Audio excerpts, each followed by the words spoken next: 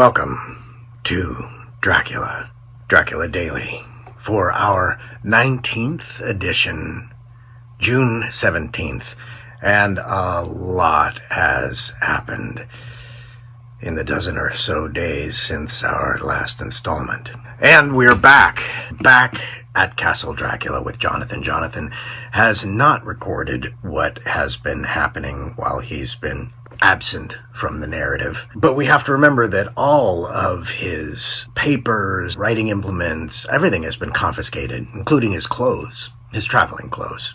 But he's still managing to keep his journal in secret when he can, written in shorthand that he knows that Dracula cannot read. He's doing what a lot of people who are living under the thumb of an authoritarian are forced to do. He's eking out his survival, managing to continue forward, probably complying with Dracula's directives to teach Dracula how to perform as an Englishman, but seeking out his opportunities to rebel.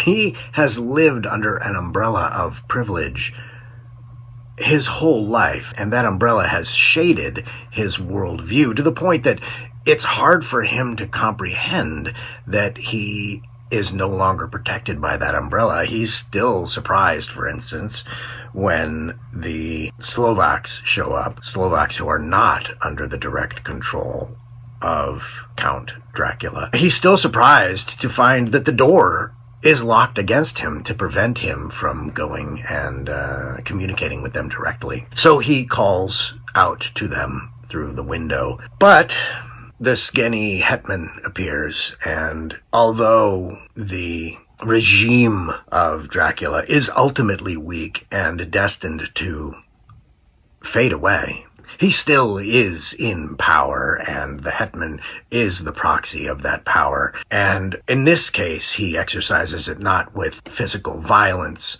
but with propaganda. We don't know exactly what he says to the Slovak, but he lies to them. And whatever propaganda he has delivered inspires them to laugh at Jonathan when he seeks their help instead of actually reaching out to him and giving him any kind of assistance. The narrative in this case is completely controlled by Dracula. But Jonathan is still seeking ways to resist when he can. Jonathan is aware that the end is coming one way or another, and his small acts of resistance are incrementally adding up and eventually will sway the situation one way or the other.